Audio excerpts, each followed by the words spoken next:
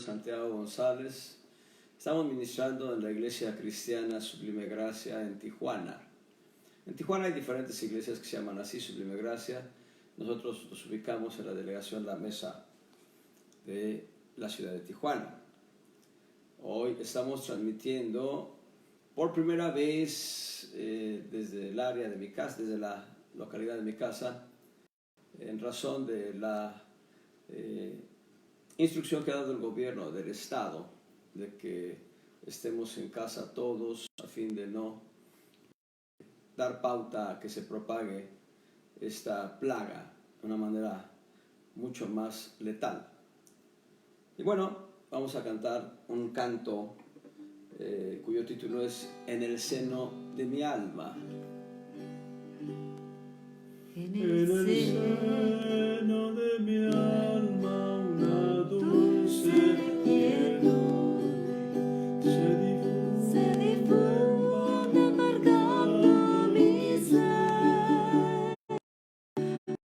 Alma infinita que solo podrán los amados de Dios comprender.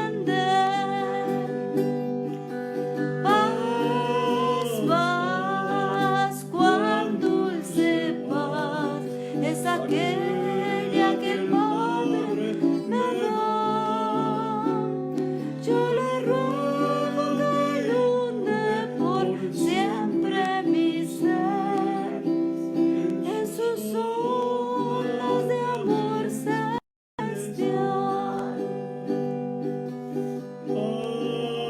Paz, cuán dulce paz es aquella que el Padre me da. Yo le ruego que inunde por siempre mi ser en sus ondas de amor celestial.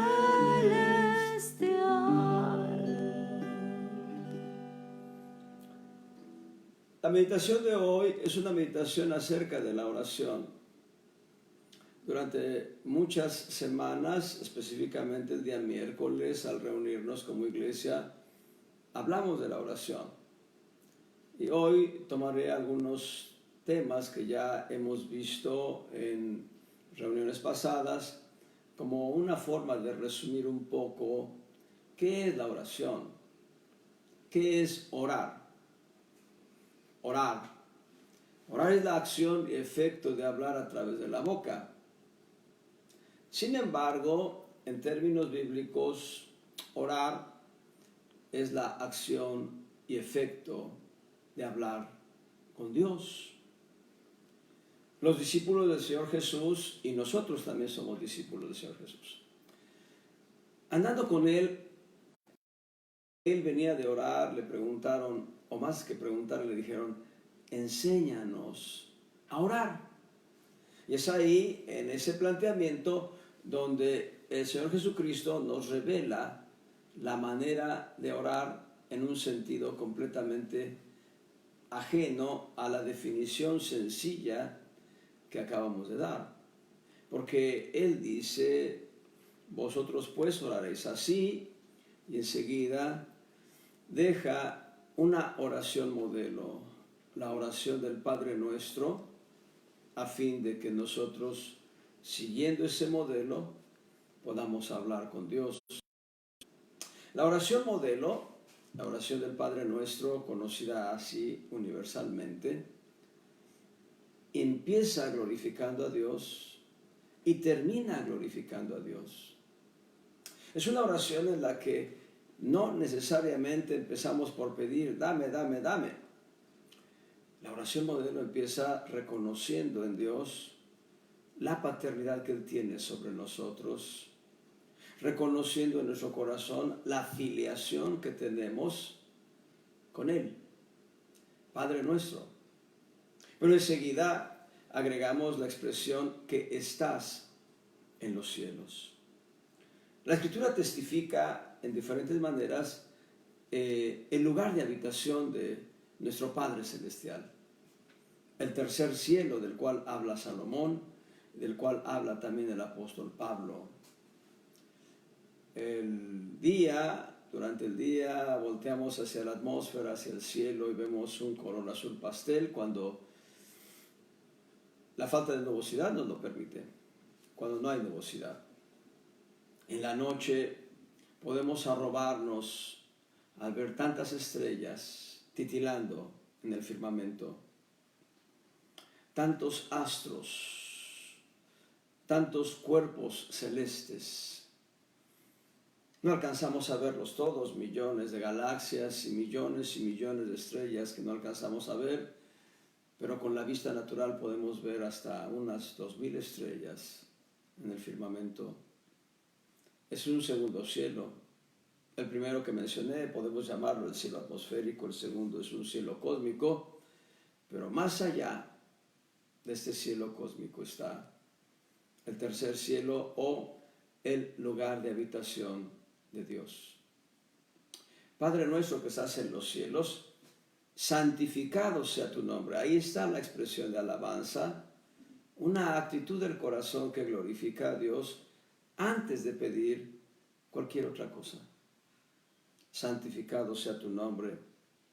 Y pedir que su reino sea establecido en nosotros es pedir que la soberanía de Dios se magnifique en nuestras vidas. Que la soberanía de Dios sea una auténtica realidad, teniéndonos a nosotros como súbditos, como siervos, como ciudadanos de ese reino.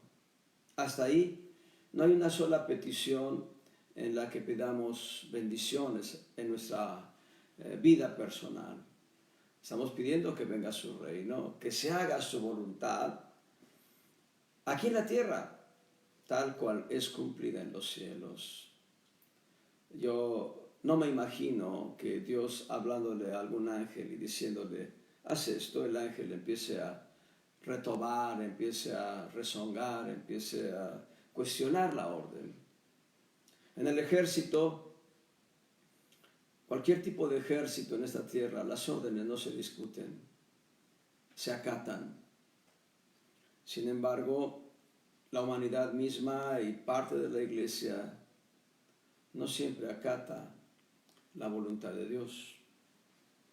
Pero estamos mencionando que esta oración modelo hasta este momento no nos dice que estemos pidiendo algo para nosotros, que se haga su voluntad y después ya sí empiezan las peticiones, que el Señor nos dé el pan de cada día, que el Señor nos perdone. Y hay una condición, que nosotros perdonemos a quienes nos ofenden, a fin de que Dios perdone nuestras ofensas hacia Él. Pero esta oración modelo termina exaltando a Dios, porque tuyo es el reino, el poder y la gloria por todos los siglos. Sé que me salté algunas líneas de la oración modelo, pero eso es algo que ya habíamos visto en reuniones muy pasadas, hace unos 8 meses, en esta asamblea en la que nos reunimos como iglesia. Pero también hemos hablado de que la oración se puede definir bíblicamente de muchas maneras.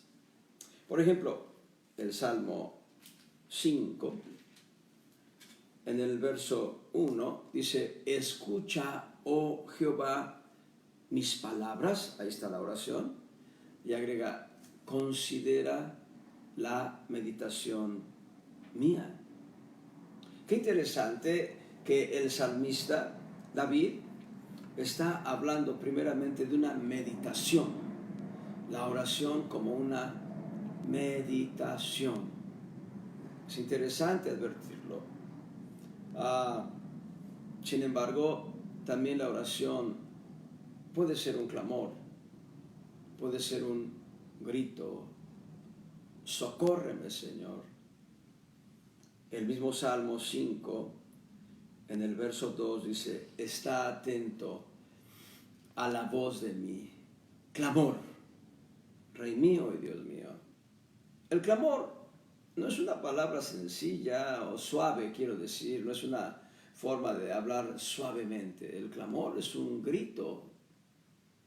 Clamar a Dios en momentos de angustia llega a ser, puede ser un grito terrible de dolor, de angustia, de desesperación.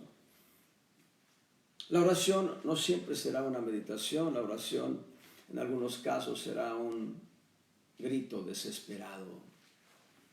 El Salmo 3 es un salmo muy elocuente. Algunos cristianos, músicos cristianos, le han puesto música a este Salmo 3. Es un salmo que compuso David en la huida que tenía de delante de su hijo Absalom. Él iba huyendo, y entre muchas otras argumentaciones que se daban en el corazón de David, surge este salmo. Oh Jehová, cuántos se han multiplicado mis enemigos. Muchos son los que se levantan contra mí, muchos dicen de mi vida, no hay para él salud en Dios. Y muchas veces los cristianos se encuentran en una circunstancia semejante a esta. Parece que los enemigos se multiplican y da la impresión de que aquellos que se han levantado gratuitamente como enemigos se mofan, se burlan y dicen, esta vez no hay salvación para este cristianito, esta cristianita. Pero David en este salmo empieza a declarar lo que debe haber en el corazón de todo cristiano, una conciencia clara. Mas tú, Jehová, eres escudo alrededor de mí, mi gloria y el que levanta mi cabeza. Qué hermosa declaración en un momento de desesperación. Toda una nación volteada en contra de su rey, de su auténtico rey, del ungido de Dios. Y ese rey va solo con un grupo de fieles que le siguen, un ejército pequeño. Enseguida el salmista dice, con mi voz clamé a Jehová y él me respondió desde el monte de su santidad. Esa palabra clamé está hablando de un grito desesperado. Dentro de ese clamor, David le dice, Dios confunde el consejo de Achitofel. Y Dios confundió el consejo de Achitofel. Y Dios confundió a todos los enemigos de David que se habían levantado en su contra. Dice el salmista, yo me acosté y dormí. ¿Cómo? Él venía de una situación desesperada. Él venía de una situación angustiosa. El rey David venía de ser perseguido o tal vez de sentir que el ejército enemigo perseguía su vida y la gente que iba con él. Él está en una desazón, está en una angustia de persecución, una angustia de muerte. Quien ha sentido la angustia de persecución sabe de qué estoy hablando. Y sin embargo, él dice, yo me acosté y dormí y desperté porque Jehová me sustentaba. Y agrega todavía, no temeré a 10 millares de pueblos. Aquí ya no solo habla de la nación de Israel, sino si hubiesen 10,000 naciones que se levantaran contra él. Dice, no temeré que pusieren cerco contra mí. Levántate, Jehová, sálvame, Dios mío, porque tú heriste a todos mis enemigos en la quijada. Los dientes de los malos quebrantaste. De Jehová es la salud. Sobre tu pueblo será tu bendición. El Salmo 3 es un clamor. Podemos llamarle el Salmo 3 como un grito desesperado. Scofield habla del Salmo 22. Ya brinqué 19 salmos. Pero Scofield habla del Salmo 22 diciendo que es un grito desesperado y un cántico de alabanza. Así lo titula Scofield al Salmo 22, que también serviría como un modelo. Solo que aquí en el Salmo 3 encontramos un clamor. Y La oración la podemos hacer de rodillas. El profeta Elías se puso de rodillas para clamar a Dios porque viniera la lluvia, después del reto del Monte Carmelo, donde él solo mató a cientos de profetas de Baal y de Asera. Elías se puso de rodillas y oró a Dios, y Dios contestó con una grande lluvia. La oración puede ser de rodillas, pero también puede ser en tu cama, acostado. No necesariamente debemos hacer la oración acostados, pero cuando tú estás quebrantado, cuando tú estás en una condición semejante a la de Job o a la del rey Ezequías. El rey Ezequías volteó hacia la pared cuando fue anunciado que él tendría que arreglar sus cosas porque habría de ser reunido con sus pueblos, habría de partir de esta tierra. Solo se volteó hacia la pared y clamó: Dios, acuérdate que he andado en integridad delante de ti, delante de tus ojos. Job no tenía una postura, no podía estar de rodillas, él era lastimado por esa plaga que tocó su piel y esa sarna maligna, y fue desde la punta de los pies hasta la coronilla de la cabeza. No podía estar ni de rodillas, ni sentado, ni acostado, ni de pie. Era una situación completamente terrible. Todo el libro de Job contiene diferentes expresiones interesantes. Una de ellas, Job, siendo profeta, dice: ¿dónde está el trono de Dios? Yo iría y pleitearía mi causa y haría que soy justo. Es una forma de decir: Señor, acuérdate de mí, ten piedad de mí. La oración la podemos hacer de pie. ¿Por qué no? Podemos ponernos de pie, incluso levantar nuestras manos o nuestros brazos hacia el cielo. Y una forma de levantar nuestras manos vacías, no con el puño cerrado, sino con las manos vacías, y decirle: Señor, nada tengo que darte. Aquí está solamente en mi corazón esta voluntad que me diste para que yo la ejerza. El Salmo 4 empieza diciendo: respóndeme cuando clamo, oh Dios de mi justicia. Estando en angustia, tú me hiciste ensanchar. La angustia provoca clamores. La angustia provoca gritos, llanto. Pero cuando tú declaras ese clamor hacia Dios, lo haces con la reverencia que Él merece, entonces Dios te escucha y Dios te lleva a tener una conclusión interesante, como dice el Salmo 7. Tú diste alegría a mi corazón. Y en el verso 8, paz me acostaré y asimismo dormiré, porque solo tú, Jehová, me harás estar confiado. La oración es un tema que abunda en toda la palabra de Dios, en toda la Escritura. La oración como un clamor la vas a encontrar en el Salmo 119. Y de hecho, si tú consideras desde el Salmo 116 al Salmo 118, estos tres salmos fueron entonados por el Señor Jesucristo después de celebrar la Pascua, antes de ser arrestado.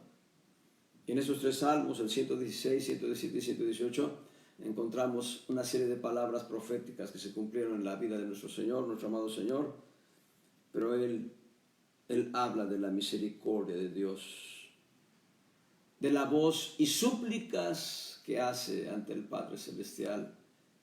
La oración no solo es hablar, la oración también es suplicar, pedir con una actitud de deprecación. Así lo dice el apóstol Pablo en Efesios 6:18. Orando en todo tiempo, con toda deprecación y súplica. No debemos venir con esa actitud arrogante de decir, Señor, estás obligado a cumplir lo que yo te pida. Él es el de los derechos. Pero en el nombre de Jesús podemos venir y suplicar y pedir misericordia. El autor de la epístola a los Hebreos dice que nos lleguemos a Él confiadamente, que nos lleguemos al trono de su gracia, alcanzar misericordia y hallar gracia para el oportuno socorro. Es una bendición tener la Escritura y leerla y encontrar en ella multitud de formas de orar, multitud de plegarias que hizo gente de Dios y que recibió respuesta de Dios. ¿Y dónde debemos orar? La Escritura dice, Pablo escribiendo a Timoteo, en todo lugar. ¿Cuándo debemos orar? Pablo escribe a Timoteo y le dice, en todo tiempo. ¿Por quién debemos orar? Pablo dice a Timoteo, por todos los hombres, aún por los que están en eminencia, para que vivamos en este tiempo quieta y reposadamente. La oración es una forma gloriosa de acercarnos a Dios. La oración es una manera de estar en comunión con Dios, hablarle. Y Él también nos habla. Varios testimonios de la Escritura dan registro de que Él también nos habla. Cuán gloriosa es la palabra de Dios en ese sentido. Hablar con Dios. Ese canto que dice, es la oración un medio que el Señor le dejó a su grey que anda con amor. Y el coro dice, oh, hablar con Cristo, qué felicidad. Y decirle toda la verdad, exponiéndole tu necesidad. Muy bien. El Salmo 119 es un salmo que hace un énfasis profundo en la palabra de Dios y sin embargo, dentro del Salmo 119 encontramos varias veces la palabra que tiene que ver con la oración. Por ejemplo, el verso 13, con mis labios he contado todos los juicios de tu boca. Heme gozado en el camino de tus testimonios, como sobre toda riqueza.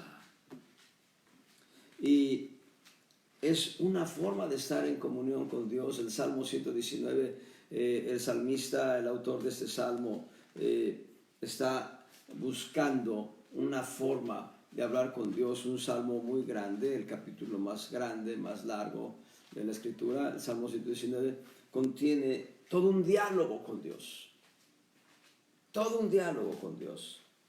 Y el Salmo, el verso 25, pegóse al polvo mi alma, vivifícame según palabra. Hablando el salmista con Dios, vivifícame según tu palabra. El verso 49, acuérdate de la palabra dada a tu siervo, en la cual me has hecho esperar. Esta tu palabra es mi consuelo en mi aflicción, porque tu dicho, tu palabra me ha vivificado. Ese diálogo del Salmo 119 es para meditar en él durante varias semanas o meses, sacando toda la riqueza que tiene ese salmo. Por ejemplo, el verso 33, enséñame, oh Jehová, el camino de tus estatutos y lo guardaré hasta el fin. Dame entendimiento y guardaré tu ley y la observaré de todo corazón. Verso 35, guíame por la senda de tus mandamientos, porque en ella tengo mi voluntad. Inclina mi corazón a tus testimonios y no a la avaricia. Aparta mis ojos que no vean la vanidad. Avívame en tu camino. Así podemos seguir leyendo todo el Salmo 119 y encontrar que el Salmo en sí mismo es toda una oración. Una oración que tarda tanto tiempo como se declare. Una oración que tardará mucho más tiempo si nos detenemos verso a verso para meditar en cada uno de ellos, palabra por palabra, y ver qué tanto hablaba el salmista con Dios, qué tanto hablamos nosotros con Dios, qué es lo que le decimos, dame, dame, dame, dame, o le decimos, sé glorificado hoy, exáltate sobre toda la tierra tu gloria, que tu reino se cumpla, que tu palabra y tu voluntad se cumplan en esta tierra, que tú seas glorificado y exaltado por siempre, que tú seas santificado. ¿Qué le decimos a Dios cuando oramos? ¿Acaso le decimos que cambie nuestra naturaleza caída en semejanza de Cristo? ¿Acaso venimos y le decimos, no tengo tanta necesidad de pan como tengo necesidad de que tú cambies mi vida? La oración es una forma de venir con Dios y no solo hablar con Él, sino también consultarle las necesidades que tenemos. Cuando tenemos una decisión enfrente y hay dos o más caminos, pero solamente uno es el correcto. Para eso es la oración. Nuestro Señor Jesucristo se apartó toda una noche para orar y pedir al Padre Celestial testimonio de quienes habrían de ser aquellos 12 discípulos cercanos, a quienes también llamó apóstoles. Y dentro de esa oración que duró toda la noche, Dios le mostró que aún Judas Iscariote debía estar en ese equipo de 12. Matías tuvo que ser puesto en el lugar de Judas 3 años y medio después. Pero esa noche el Padre Celestial le testificó a nuestro Señor Jesucristo quiénes habrían de ser los 12 apóstoles del Cordero. Tomar decisiones trascendentales requiere de oración. Y cuán importante es, si vamos a tomar la decisión sobre un negocio, consultar a Dios antes. Sé de gente que ha tomado decisiones equivocadas y se arrepiente por no haber consultado a Dios antes. Aquella ocasión que multiplica los panes y los peces, el Señor despacha a todos. Todos ya habían sido satisfechos en su alma con el pan de vida y habían sido satisfechos en su estómago con el pan y los peces. Y manda a sus discípulos que vayan al otro lado del lago, de aquel mar de Galilea. Pero el Señor se subió al monte a orar, a tener comunión con el Padre Celestial.